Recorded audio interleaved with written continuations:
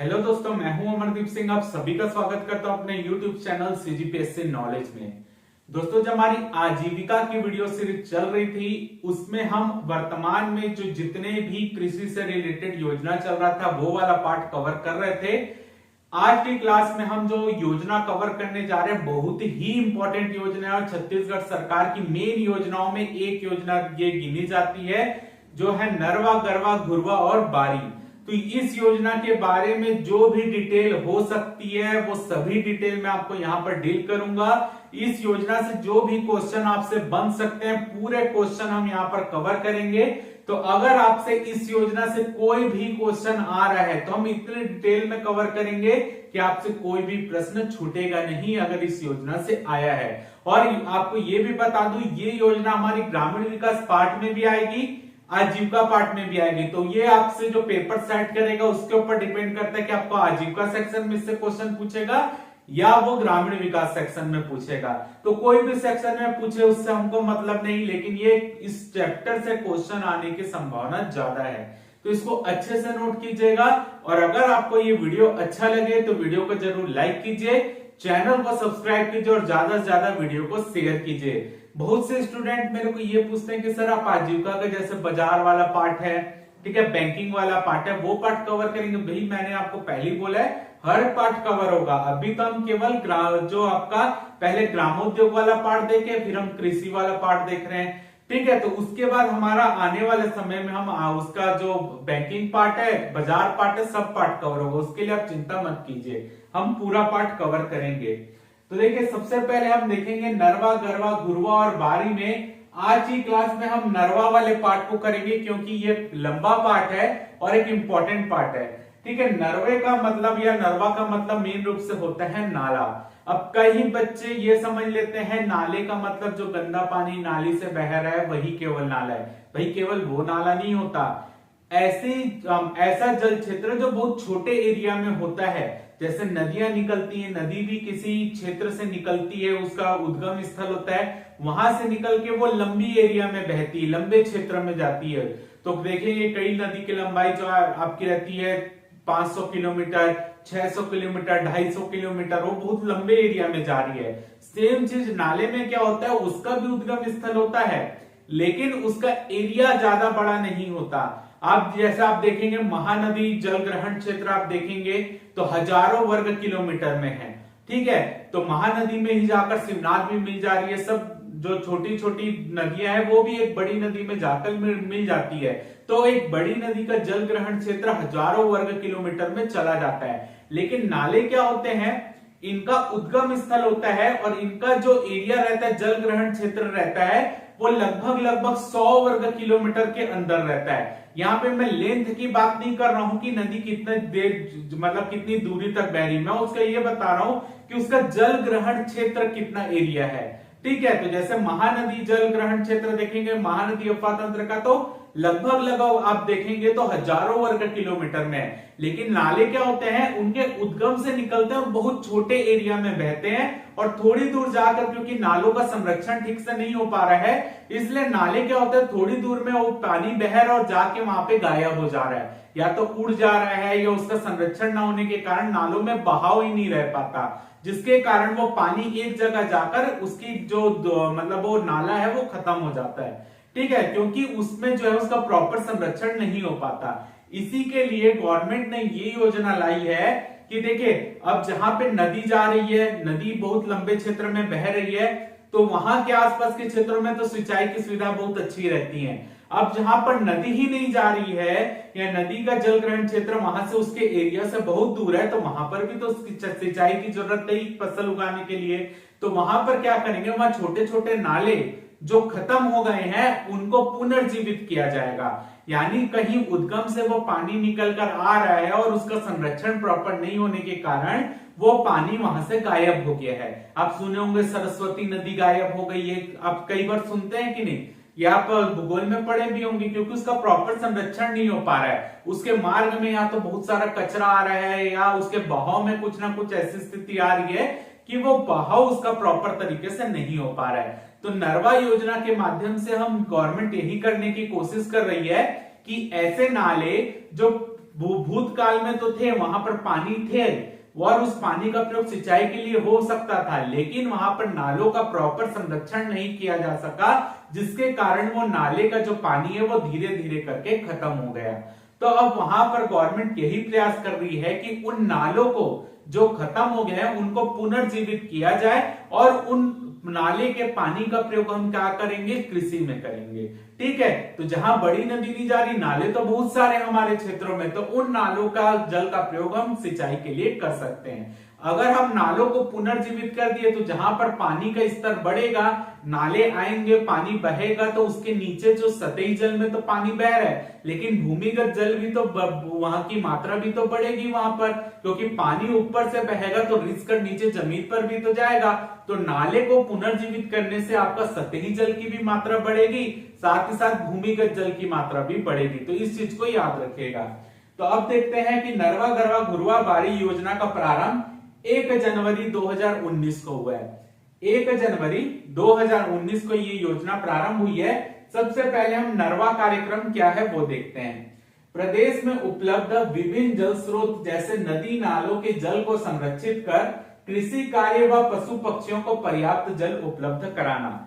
यानी जैसे कि मैंने बताया, जो भी नदी नाले जिनके जल जो संरक्षित ना होने के कारण वो जल जो है वहां से हट चुका है, खत्म हो चुका है, अब उस वहां पर वापस जल को वापस लाने के लिए उसके उद्गम स्थल से जल जो निकल रहा है उसको प्रॉपर संरक्षित किया जाएगा ताकि जल का बहाव बना रहे। तो उसी को, ताकि यहाँ पर जल संरक्षित कर लिए तो कृषि कार्य में उस जल का प्रयोग हो सकता है, पशु पक्षी उसको पीने में भी प्रयोग कर सकते हैं। अब इस नरवा योजना का उद्देश्य देखते हैं। अपन पूरा अभी नहीं देख रहे, अपन एक एक पार्ट करके देख रहे हैं। तो नरवा कार्यक्रम का उद्देश्य क्या है? नरवा संरक्षण यानी नालों के संरक्षण के माध्यम से कृषि व कृषि संबंधित गतिविधियों को बढ़ावा देना, जिससे ग्रामीण हेतु रोजगार निर्माण हो सके और कृषि आय में वृद्धि हो सके। नरवा, नाले का जल आया, उस जल से जहां पे सिंचाई सुविधा नहीं है और जल का प्रयोग करके सिंचाई करेंगे तो कृषि का जो उत्पादन है, जो कृषि की उत्पादकता है वो बढ़ेगी, फसल ज्यादा उत्पादन होगी तो ग्रामीण लोगों को रोजगार मिलेगा बेहतर और उनकी आर्थिक स्थिति मजबूत होगी।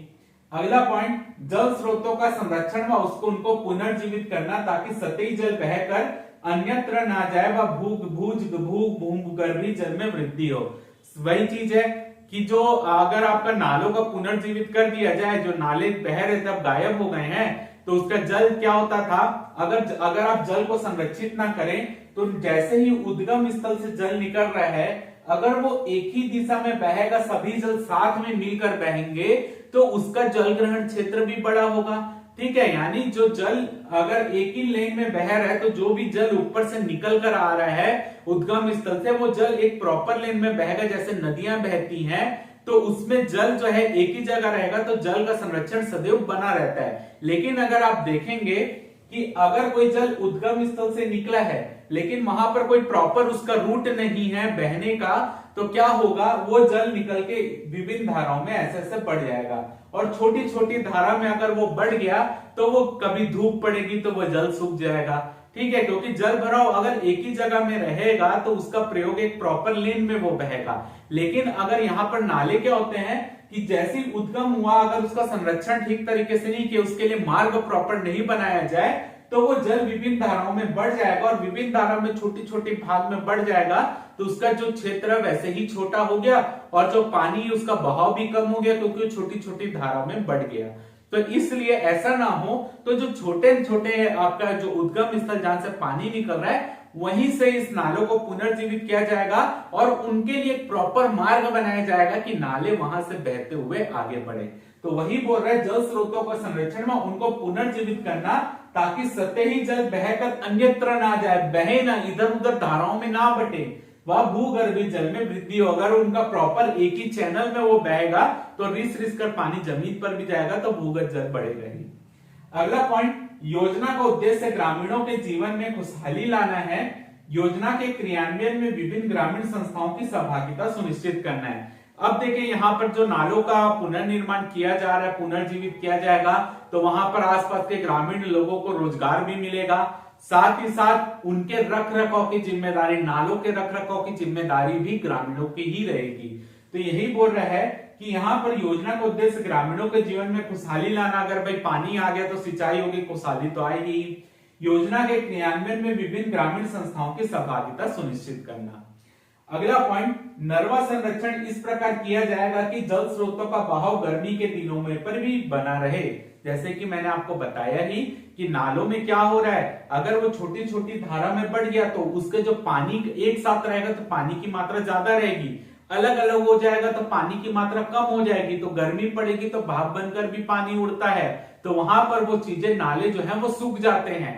तो वैसा ना हो इसलिए उसका प्रॉपर चैनल बनाया जा रहा है कि एक ही चैनल में पानी बहे और उसका जल भराव वहां पर बना रहे गर्मी के दिनों में भी। तो ये नरवा कार्यक्रम का एक मेन उद्देश्य है। अगला देखते हैं, अब देखिए नरवा कार्यक्रम बन गया। अब नरवा कार्यक्रम को संचालित करने के लिए जिला स्तर पर भी समिति बनाई गई है, राज्य स्तर पर भी बनाई गई है और अनुविभाग स्तर पर भी बनाई गई है। अब आप ये बोलेंगे अनुविभाग, कई लोगों को डाउट होगा। देखिए एक जिले का पूरा कार्य संचालन एक साथ नहीं ठीक तरीके से नहीं हो सकता, इसलिए जिलों में प्रॉपर कार्यों का संचालन हो सके इसलिए जिलों को अलग अलग अनुविभाग में बांटते हैं, ठीक है। और यही अनुविभाग आगे चलकर अलग अलग तहसील विकास खंड में बंटते हैं। तो यानी आप ये बोल सकते हैं कि एक जिला विभिन्न अनुविभाग में बंटता है और विभिन्न अनुविभाग अलग अलग तहसीलों विकास खंड में बंटते हैं। और अनुविभाग का जो प्रमुख अधिकारी होता है वो होता है अनुविभागीय अधिकारी, जो मुख्य रूप से एसडीएम बनते हैं वो अनुविभाग के अधिकारी बनते हैं। क्लियर है, जो एसडीएम रहते हैं मेन रूप से उन्हीं को अनुविभाग की जिम्मेदारी दी जाती है। तो फिर से याद रखिएगा, जो जिला होता है जिलों का कार्यों का संचालन अच्छे से हो सके इसलिए जिला जो रहता है वो विभिन्न अनुविभाग में बंटता है और अनुविभाग ही नीचे जाकर या विभिन्न अनुविभाग ही विकास खंड और तहसील में बंटते हैं, ठीक है। जैसे आप सूरजपुर जिला देखेंगे तो सूरजपुर जिले में 3 अनुविभाग आते हैं, फिर वही अनुविभाग विभिन्न तहसीलों विकास खंड में बंटते हैं, ठीक है। तो याद रखिएगा, तो अनुविभाग का जो प्रमुख अधिकारी होता है अनुविभागीय अधिकारी मेन रूप से जो एसडीएम होते हैं उनको वही जिम्मेदारी दी जाती है। अब तो यहाँ पर जो नरवा कार्यक्रम को संचालित करने के लिए अनुविभाग स्तर पर एक समिति का गठन किया जाता है, उसी के बारे में हम देख रहे हैं। तो अनुविभाग स्तर पर नरवा विकास दल, तो अनुविभाग स्तर पर नरवा कार्यक्रम का संचालन करने के लिए एक विकास दल यानी समिति बनी है। उस समिति का प्रमुख अनुविभागीय अधिकारी राजस्व होता है, यानी राजस्व विभाग का जो अनुविभागीय अधिकारी होता है वही इस नरवा कार्यक्रम का अनुविभाग स्तर पर अध्यक्ष होता है। क्लियर है। इसके अलावा अनुविभाग स्तर के 8 अन्य सदस्य भी यहाँ पर शामिल होते हैं। यानी अगर आप देखेंगे जो नरवा विकास दल बनता है अनुविभाग स्तर में, उसमें टोटल 9 मेंबर होते हैं। तो उसमें एक अध्यक्ष होता है प्लस अन्य 8 सदस्य होते हैं, ठीक है। अध्यक्ष कौन होता है? अनुविभागीय अधिकारी राजस्व अध्यक्ष होता है और 8 अन्य सदस्य होते हैं। क्लियर है। अब यहाँ पर इस जो नरवा विकास दल बना है उसका उद्देश्य क्या है या उसका कर्तव्य क्या है वो देख लेते हैं। पहला, नरवा को चयनित कर कार्यों के लिए विस्तृत परियोजना प्रतिवेदन बनाकर जिला स्तरीय समिति को प्रस्तुत करना। यानी जो अनुविभाग समिति अनुविभाग विकास दल बन रहा है वो क्या करेगा? नालों का चयन करेगा, कौन से नालों को पुनर्जीवित करना उसका चयन करेगा, उसकी एक रिपोर्ट तैयार करेगा जिसको हम परियोजना प्रतिवेदन बोल रहे हैं, वार्षिक विस्तृत परियोजना प्रतिवेदन, कि उस नालों को कैसे पुनर्जीवित किया जा सकता है उसको चिन्हांकित करके ये उसकी रिपोर्ट बनाकर जिला स्तरीय समिति को भेजेगा। और जिला स्तरीय समिति का प्रमुख कौन होता है? कलेक्टर होता है। उसको हम आगे पढ़ेंगे। अगला पॉइंट, कार्यों का हर माह निरीक्षण कर रिपोर्ट बनाना। अब ये अनुविभागीय विकास दल जो बन रहा है हर महीने जहां पर नरवा का चयन हुआ है, नाले का चयन हुआ है, वहां पर उसके कार्यों का निरीक्षण करेगा हर महीने और उसकी रिपोर्ट तैयार करेगा। अगला पॉइंट, कार्य योजना व रख रखाव में ग्रामीणों की भागीदारी सुनिश्चित करना। अब जो नरवा कार्यक्रम के अंतर्गत नालों को पुनर्जीवित किया जा रहा है तो उसके संरक्षण की या रख रखाव की जिम्मेदारी ग्रामीणों को ही देगा ये अनुविभागीय विकास दल। अगला देखते हैं जिला स्तरीय समिति। जिला स्तरीय जो समिति होती है वो क्या करेगी? उसका प्रमुख होता है कलेक्टर और प्लस 10 सदस्य, यानी टोटल 11 सदस्य होते हैं जिसमें एक होता है कलेक्टर अध्यक्ष प्लस 10 अन्य सदस्य होते हैं। ये नरवा कार्यक्रम के अंतर्गत जिला स्तरीय समिति होती है। इसका कर्तव्य देखें, परियोजना के क्रियान्वयन हेतु संबंधित विभाग में समन्वय कर वित्तीय संसाधनों को प्रबंध करना। अब ऐसा भी फोकट में तो वहां पर आपका कार्यक्रम नहीं चलेगा नरवा।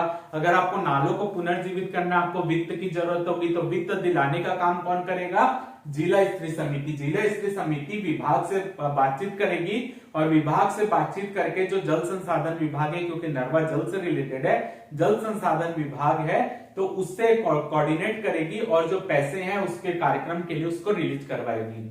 अगला, अनुविभागीय समिति से प्राप्त रिपोर्ट की जांच करना, क्योंकि ये रिपोर्ट हर माह निरीक्षण करके रिपोर्ट बना रहे हैं, तो रिपोर्ट की जांच कौन करेगा? जिला स्तरीय समिति करेगी। अगला, परियोजनाओं का समय समय पर निरीक्षण करना।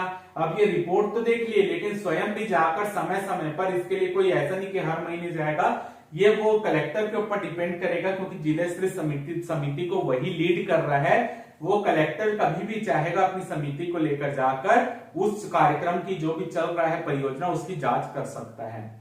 अब देखते हैं यहाँ पर प्रत्येक विकास खंड में नालों का चयन। अब जो नालों का चयन हो रहा है वो हर विकास खंड में 3-3 नालों का चयन शुरुआत में किया गया। याद रखिएगा, नरवा कार्यक्रम के अंतर्गत प्रत्येक विकास खंड के 3-3 नालों का चयन प्रारंभ में किया गया। जब उनका कार्य, क्योंकि 2019 से चल रही योजना, जैसे कि जैसे कार्यक्रम कंप्लीट होता गया तो नए नालों को और पुनर्जीवित करने का प्रयास किया जा रहा है। तो अगर देखेंगे, ऐसे नाले जिनका जल ग्रहण क्षेत्र 25 वर्ग किलोमीटर से 50 वर्ग किलोमीटर है वहां, और उसका स्ट्रक्चर नहीं है, तो वहां पर नरवा कार्यक्रम के अंतर्गत उसका स्ट्रक्चर बना रहे। जैसे कि मैंने आपको बताया ही, जो नाले होते हैं उसका जल ग्रहण क्षेत्र बहुत कम होता है, ठीक है। नदियों का तो हजारों वर्ग किलोमीटर में जाता है, लेकिन नालों का जल ग्रहण क्षेत्र देखेंगे तो 100 वर्ग किलोमीटर से बहुत कम होता है। तो यहाँ पर सबसे पहले नरवा कार्यक्रम के अंतर्गत उन नालों को पुनर्जीवित किया जा रहा है जिसका जल ग्रहण क्षेत्र 25 वर्ग किलोमीटर से 50 वर्ग किलोमीटर है, तो उनको पहले चिन्हांकित किया जाएगा।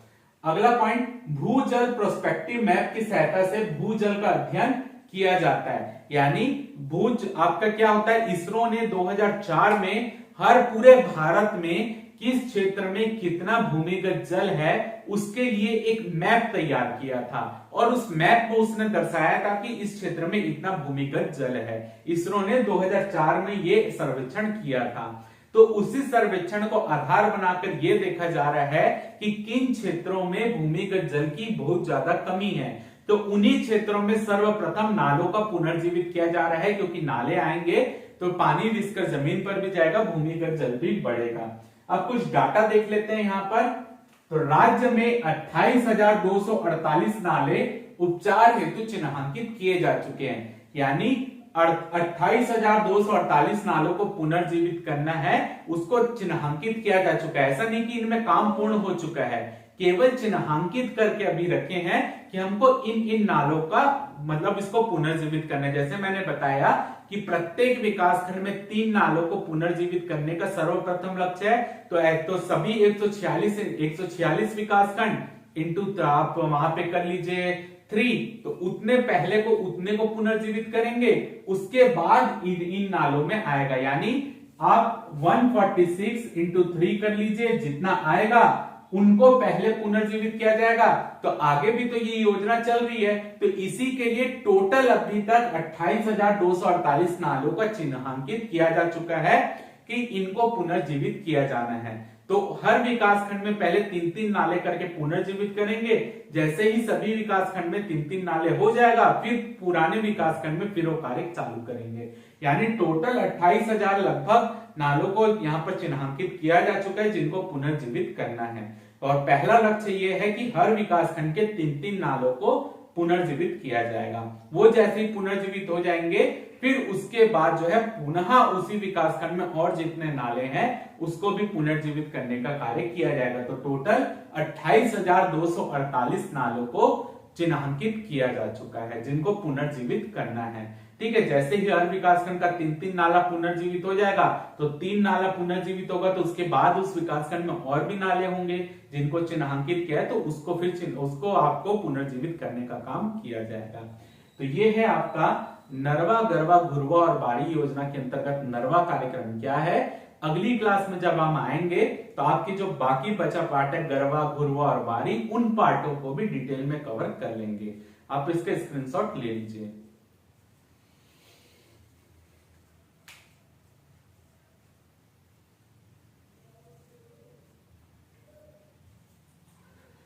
तो उम्मीद करता हूं कि आपको आज की क्लास अच्छी लगी होगी। अगर आपको वीडियो पसंद आए तो वीडियो को जरूर लाइक कीजिए, चैनल को सब्सक्राइब कीजिए, ज्यादा से ज्यादा वीडियो को शेयर कीजिए। फिलहाल के इस वीडियो में सिर्फ इतना ही। जय भारत, जय छत्तीसगढ़।